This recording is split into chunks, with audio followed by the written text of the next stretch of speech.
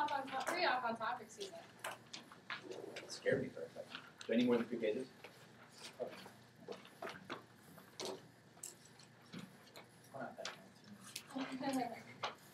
And then we're going to do the case in order, but I made a statement. I'm just trying to get on the same page. You're going to need to let me peel this orange. Huh? You need to let me peel this orange. Okay. So you said top insolvency go away? Advantage one advantage.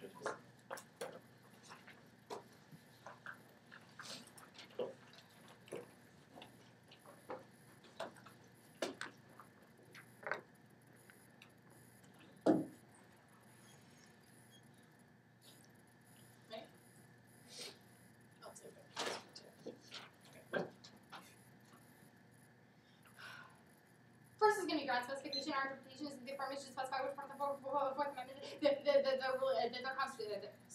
the courts would rule on. Our argument here is going to be the Fourth Amendment includes several different areas. It includes unreasonable search and seizure, judicial sentencing of search and arrest warrants, and the establishment of probable cause. These are going to be the violations. They don't specify specifically which part of the Fourth Amendment they're actually ruling on. So using these standards, first going to be ground is critical to purpose decides and ground plan includes the counterplans. Two is going to be limited, so you're also going for more limits to less. This allows for a check against the app, which is already structurally advantaged. They can speak first and last. They get into offensive speeches, where only one offensive speech. There's some predictability that the courts wouldn't just say the Fourth Amendment. They would specify specifically which part of the grounds that they're ruling on. Next, the voters first is going to be greater fairness. This is always going to come for the substance because of the enumerates which part of the substance are legitimate, which part of the substance should be evaluated. And we're going to say the framework for our procedural is going to be continuing interpretation, which of course is an objective evaluation of the standards debate. Next is going to be the counterclaim test. No.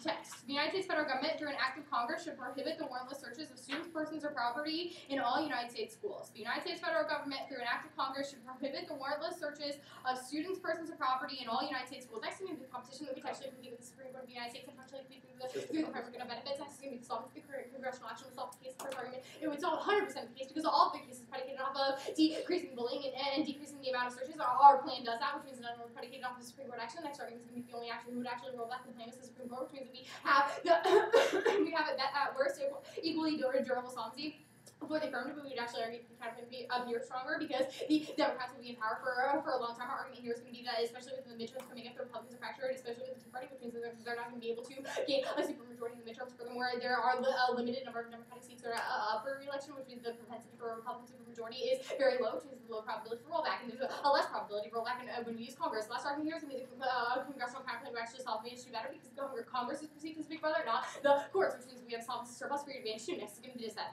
Questions? Unconditional. Thank you. Next thing we just said.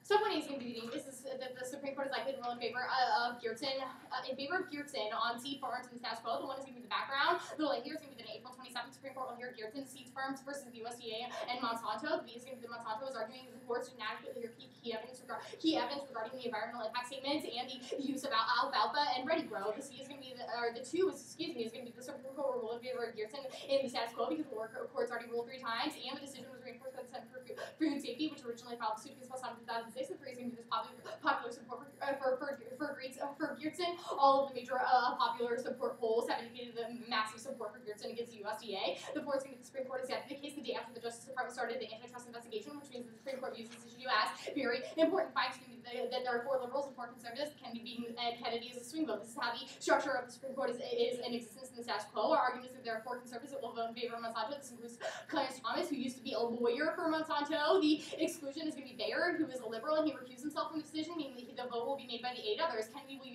vote with the liberals to establish a 4-4 tie, which would uphold the lower court decision and deflect any type of political capital or any type of political backlash against the courts. This is going to be historically Kennedy votes liberal on social issues, but he votes conservative on business rights. So his vote is tentative because this is viewed not only as a social issue for the small farmers, but it's also viewed as a business issue for the organization that is Monsanto. These are going to be the length of plan causes the Supreme Court to rule in favor of Monsanto. The argument here is going to be their plan is a liberal win, which creates a conservative backlash that would hurt the Supreme Court legitimacy. The blow to the legitimacy would force the court to conform to the conservative agenda or risk degradation. Second is going to be the negative limelight, would force the Supreme Court to rule in favor of Monsanto to coincide with the conservative trend. Our next argument is going to be the political capital cost that it costs to pass the affirmative through the courts. It being a liberal plan would allow conservatives to frame the case of Monsanto versus Geertsen as a business issue, which would allow Kennedy to vote in favor of Monsanto, which would reverse the ruling. So he's going to be internally the ruling in favor of Geertsen would decrease the availability of GMOs and increase the safety of GMOs are. One is going to be that this allows challenges and regulatory assumptions. That is a departure from 20 years of regulatory history. The second is going to be the case establishes a precedent for whether or not GMOs need to pass the environmental impact statement before they're deregulated. This would overturning the case in favor of Monsanto, which would mean that they could literally bypass all the environmental impact statements, which would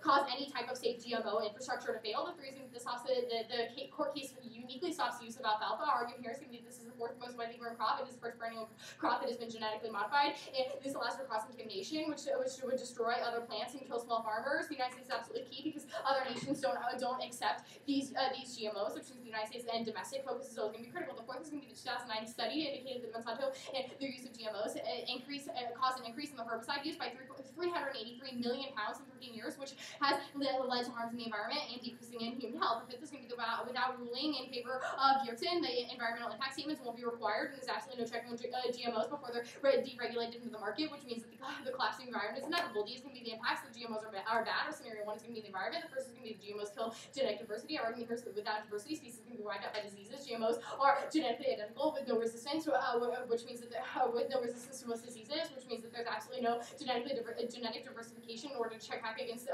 rapid spreading diseases. The B is going to be this will lead to monoculture trends, which would drain the soil nutrients and lead to soil erosion. This would kill the environment because it drains nutrients, which are absolutely critical to growth and critical to long-term sustainability of growth. The C is going to be this also will lead to alternative methods such as slash and burn, which would increase the CO2 and lead to the release of carbon sinks into the air due to the fact that we are now literally just slashing entire areas of good land. The next argument is going to be the GMOs fail to actually increase the yields and they only strain the environment. This was done by a UCS report in 2009 that showed that actually decreased long-term yields, which would threaten our food security in the future. And the last argument the last argument here is going to be the runoff from the herbicides and the increased use of herbicides that is connected with the GMOs would cause dead zones in any type of local water infrastructure. Our argument is that this would cause runoff into areas such as the Gulf, which are biologically diverse. Our impact of environmental collapse would cause extinction. This is for a few reasons. First is the food sustainability argument, in which we don't have the ability to sustain food and don't have new access to any type of new soils, which we would never be able to secure food in the future, which leads to inevitable starvation and poverty. It also means that we would have to cut off all of our food aid missions in the status quo. The United States is the #1 provider of food aid. Without that leads to literally 1.8 people who live in abject poverty would not be able to have access to the basic needs of life. And our last argument here is going to be biodiversity is critical to medical developments, which are critical to check back any type of future diseases